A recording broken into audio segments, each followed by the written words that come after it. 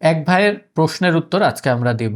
Sir, আমার বিয়ের 11 মাস হয়েছে। বিয়ের পর থেকে কিছু শারীরিক সমস্যায় ভুগছি, যেমন ইরেকটাইল ডিসফাংশন, দ্রুত বীর্যপাত, যৌন আগ্রহ কমে যাওয়া, পুরুষাঙ্গ শক্ত হলেও দ্রুত নিস্তেজ হয়ে যাওয়া এবং বীর্যের ঘনত্ব কমে যাওয়া। বিয়ের আগে আমার যৌন আগ্রহ অনেক বেশি ছিল, তবে দীর্ঘদিন মানসিক চাপের কারণে ধীরে ধীরে এসব সমস্যা দেখা দিয়েছে।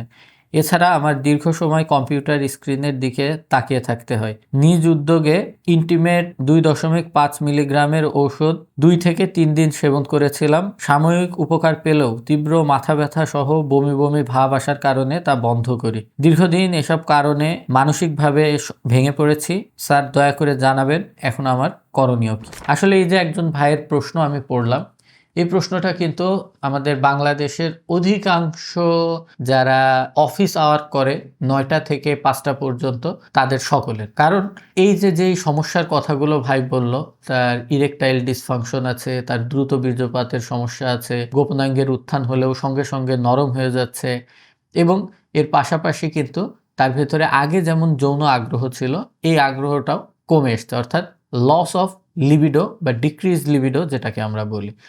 তো এই পুরো বিষয়টার পেছনে কিন্তু 2টা কারণ সে নিজে ডাক্তার না হয়েও নিজেই আইডেন্টিফাই করতে পেরেছে। এই জিনিসটা কিন্তু খুবই খুবই গুরুত্বপূর্ণ। কারণ আপনি যখন একটা সম্ভাব্য কারণ আপনার এই সমস্যার জন্য ডাক্তারের সামনে তুলে ধরবেন, সেটা কিন্তু ডাক্তারের চিকিৎসা প্রদান করাটাকে আরও সহজ করবে এবং একটা নিখুঁত চিকিৎসা দেওয়ার জন্য সহায়তা করবে। যেমন তার ক্ষেত্রে এখানে তার মনে হয়েছে যে তার ভেতরে একটা মানসিক সমস্যা রয়েছে, যেটা দীর্ঘদিন ধরে সে বয়ে বেড়াচ্ছে। এই মানসিক সমস্যা কিন্তু তার শারীরিক যৌন ক্ষমতাকে আক্রান্ত করেছে, এবং এর পাশাপাশি দীর্ঘ সময় বসে থাকা যেমন একটা খারাপ অভ্যাস, এর পাশাপাশি দীর্ঘ সময় স্ক্রিনের দিকে তাকিয়ে থাকে, এখানে কিন্তু 2টা রিস্ক ফ্যাক্টরের কথা সে বলছে। অর্থাৎ তার ভেতরে যে টোটাল 3টা সমস্যা দেখা দিয়েছে, এই 3টা সমস্যার সমাধান করলে পারে কিন্তু কোনো রকম ডাক্তার দেখানো, ঔষধ বা পরীক্ষা নিরীক্ষা ছাড়াই সে 50 থেকে 60% সমাধান পেয়ে যাবে। তার যে মানসিক সমস্যাগুলো রয়েছে, মানসিক চাপগুলো রয়েছে, সেটা অ্যাংজাইটি হতে পারে, ডিপ্রেশন হতে পারে, অথবা বসের কোনো ওয়ার্কলোড বা প্রেশার হতে পারে, ওয়াইফের দিক থেকে অসহযোগিতা হতে পারে। ওভারঅল এই যে মানসিক একটা বৈরী পরিবেশ, এটাকে নিয়ন্ত্রণ করবার জন্য সবচাইতে বৈজ্ঞানসম্মত এবং বিনামূল্যে উপায় হচ্ছে গ্র্যাটিটিউড জার্নাল প্র্যাকটিস করা। এই জিনিসটা কি? প্রতিদিন 3 থেকে 5টা জিনিস আপনাকে কাগজে লিখতে হবে যেগুলো আপনার সাথে সারাদিন ভালো ঘটেছে। অর্থাৎ আপনার সাথে প্রতিদিনই কিন্তু কিছু না কিছু ভালো ঘটনা ঘটে। কেউ হয়তো আপনার সঙ্গে ভালো আচরণ করেছে, কেউ আপনাকে কোনো রকম কাজে সহযোগিতা বা যে কোনোভাবে উপকার করেছে, কেউ হয়তো আপনার কোনো একটা কিছু ভালো বলছে বা প্রশংসা করছে, আপনার কাপড় চোপড় আজকে আপনাকে সুন্দর দেখা যাচ্ছে, এই কথাটা বলেছে। এই জাতীয় ছোটোখাটো যে কোনো বিষয় হতে পারে যেটা সারাদিনে আপনার কাছে ভালো লাগছে, এমন 3 থেকে 5টা জিনিস একটা কাগজের ভেতরে লিখে ফেলা। যদি সেটা ডায়েরি হয় ভালো, তবে মোবাইল বা ডিজিটাল কোনো কিছুতে না হলে সেটা বেটার। তো এই যে গ্র্যাটিটিউড জার্নাল, এটা কিন্তু শুনলে অনেকটা হাস্যকর মনে হলেও এটা কিন্তু আমার নিজের ব্যক্তিগত জীবনেও অনেক বড় একটা পরিবর্তন এনেছে। অর্থাৎ আমি নিজেও কিন্তু এই গ্র্যাটিটিউড জার্নালটা প্র্যাকটিস করি।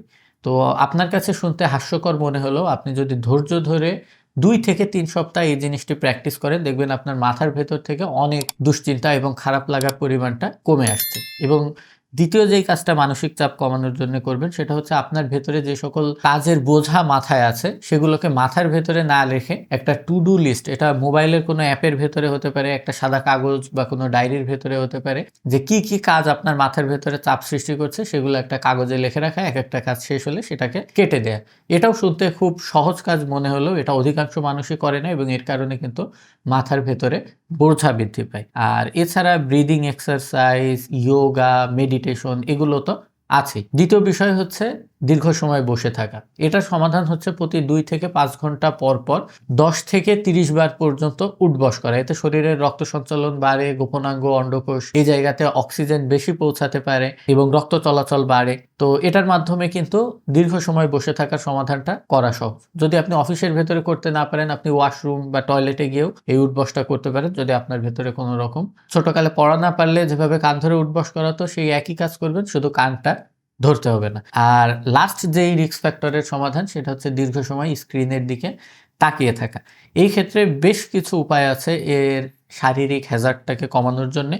প্রথম উপায়টা হচ্ছে যে ডিসপ্লের ভেতরে ব্লু লাইট ফিল্টার ব্যবহার করা। দ্বিতীয় উপায়টা হচ্ছে ডিসপ্লের ব্রাইটনেসটাকে কমিয়ে নিয়ে আসা এবং তৃতীয় উপায়টা হচ্ছে প্রতি 20 মিনিট পর পর ডিসপ্লে থেকে অন্ততপক্ষে 20 মিটার দূরে কোনো গাছপালা হতে পারে, কোনো সিনারি হতে পারে, কোনো ঘড়ি বা এই জাতীয় কোনো কিছু হতে পারে, স্ক্রিনের থেকে 20 মিনিট পর পরই আপনি 20 মিটার দূরে এমন কোনো একটা জিনিসের দিকে 20 সেকেন্ড ধরে আপনার চোখটাকে স্থিরভাবে রাখবেন এবং তাকিয়ে থাকবেন। অর্থাৎ 20-20-20 রুল এটা। 20 মিনিট ডিসপ্লের দিকে তাকিয়ে থাকবার পরে আপনার ব্রেনটা কিছুক্ষণ পর পর রিসেট হতে থাকবে এবং এতে কিন্তু আপনার ভেতরে কোনো রকম মানসিক চাপের যে হরমোন কর্টিসল এটা বাসা বাঁধতে পারবে না। তাহলে আমার মনে হয় আজকের ভিডিও থেকে ভাই তার সবগুলো সমস্যারই সমাধান পেয়ে গেছে এবং এই সমাধানগুলো কিন্তু 3 মাস বা 6 মাস গেলে এরপরে আপনার যৌনশক্তি বৃদ্ধিকারী হিসেবে একটা পজিটিভ ভূমিকা রাখতে পারবে। যে সকল সমস্যা দীর্ঘদিনের বাজে অভ্যাস বা দীর্ঘদিনের ক্ষতির কারণে হয়,